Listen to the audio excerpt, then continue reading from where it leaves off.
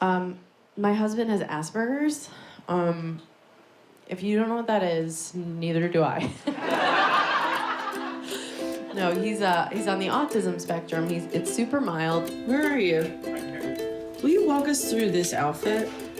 It's kind of army hip. There's some really charming parts of it. He has what's called autism spectrum disorder level 1. It's certainly a neurodevelopmental disorder that starts very, very early. There are people that struggle in a social way. They struggle sometimes in a way to communicate. Chris won't always know what the social rules are. I wanted to talk about it to sort of, destigmatize it. And so many so many comedians don't get diagnosed. And you grow up thinking you're bad or wrong, and your brain is just different. You had paid attention to my behavior in a way that nobody had before and noticed things because you're very observant and kind of put together the pieces. A couple things happened where we were like, that's an interesting way to react. When I told Chris the diagnosis, Amy stood up and said, I need a hug. And he said, from Dr. Gilbert? Chris didn't understand that Amy really wanted the hug from him.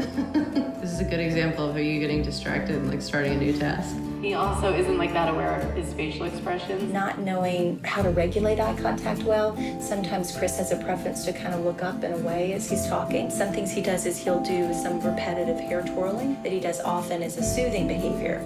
There's no awareness of social norms or social cues, and you say what you really mean.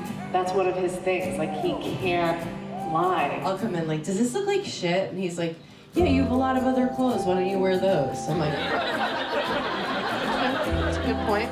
But then also, when he, tells me I look beautiful, I know he really means it. Do you ever wish I was a little thinner? Yeah, I am. The diagnosis is important because it gives light to where the struggles are. I didn't know how to communicate with him, and we would kind of hit a dead end. But more important than that is the recommendations. Well, what are you going to do next? These are some behaviors that are, upsetting each of us, and she just gave us tools to, not get to that point. Now if we have a disagreement, we know how to get to a solution.